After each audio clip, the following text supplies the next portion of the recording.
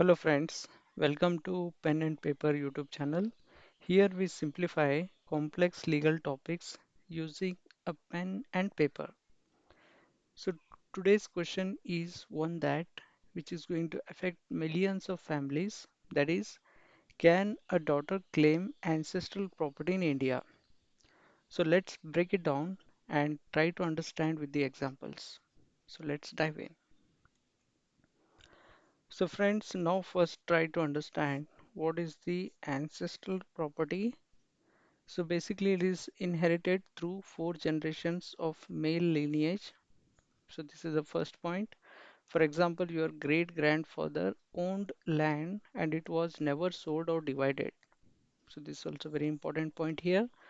And it may be considered ancestral, but the rules vary depending on the religion. So here also there is a catch, friends. So friends, now we will try to understand Hindu law before and after 2005 amendment. So under Hindu law, daughters were not considered co-partners before 2005. So this was the amendment. So after this, daughter is also entitled to claim share in the father's property. So but after the amendment, daughters now have the equal rights as sons. So this is the change what has been done after the amendment 2005 to the Hindu Succession Act 1956. So in case if a father is going to die in 2020, his daughter can claim the share just like her brother. So after 2005, this is going to be effective and for all the property in case if father the the person is going to die intestate, that means he has not written any will. So in that scenario, daughter is also going to claim her share just like her brothers. So friends, now we will look at some key Supreme Court judgment. So that is in the year 2020. So here the Honorable Supreme Court ruled that daughters have a birthright in ancestral property even if the father passed away before 2005. So likewise, so this is a very important judgment. And here, if the father has passed away before 2005, the daughter can still claim her share. So this was a landmark judgment ensuring gender equality. So friends, now we will look into the Muslim law. Whereas in Muslim law, there is no concept of ancestral property, and property is divided after death according to Sharia rules. A daughter typically gets half the share of a son. For example, if a father is going to leave 10 lakh rupees, then son gets 6.66 lakhs and the daughter is going to get 3.33 lakhs.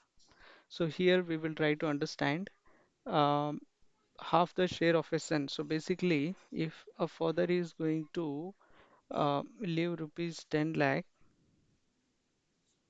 so the son is going to get rupees 6.66 lakh and half of this is going to be rupees 3.33 lakh. So this is as per Sharia. So the daughter is also going to entitled to get the property share. So this example into the so the money what father has left after his death. So friends, now we will look into the Christian law, that is the equal inheritance.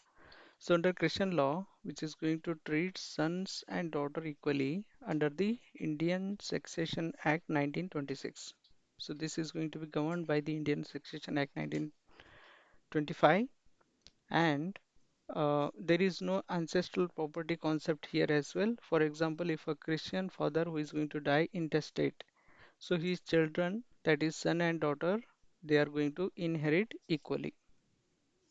So here it is been considered as the equal right concept under the Christian law. So friends, now we will look into the another aspect where married daughters claim property or not. So basically this is a very important question.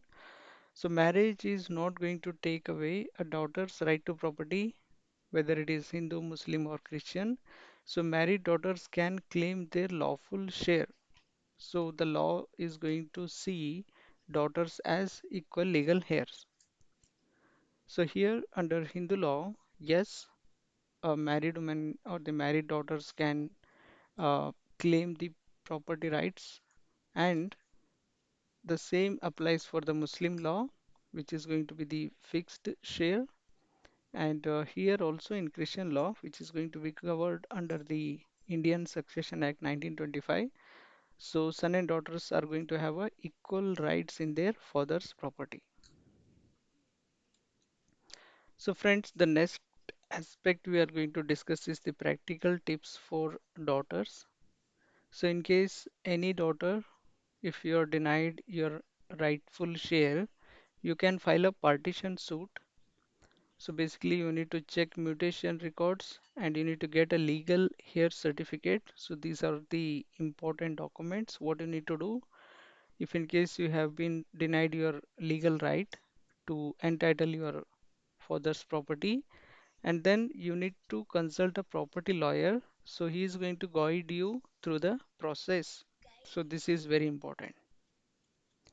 So friends, as we have understood, the daughters have the legal rights. They should know them so that they will also going to get the equal or the property share from their brothers if in case they have been denied. So under Hindu daughters, they have the equal co-parental rights as their brothers are going to have. And under the Muslim law, the Muslim daughters are also entitled to get fixed share. And under the Christian daughters, so they are also going to have equal inheritance in the father's property, and married daughters are not excluded. So this is very important, and do not hesitate to assert your rights. So thanks for watching Pen and Paper, where we use simple pen and paper to explain complex legal topics. If you found this video helpful, do not forget to like, share, and subscribe the channel. Your support helps us to reach more people with accessible legal education. So we'll meet you in the next video. Thank you. Thank you.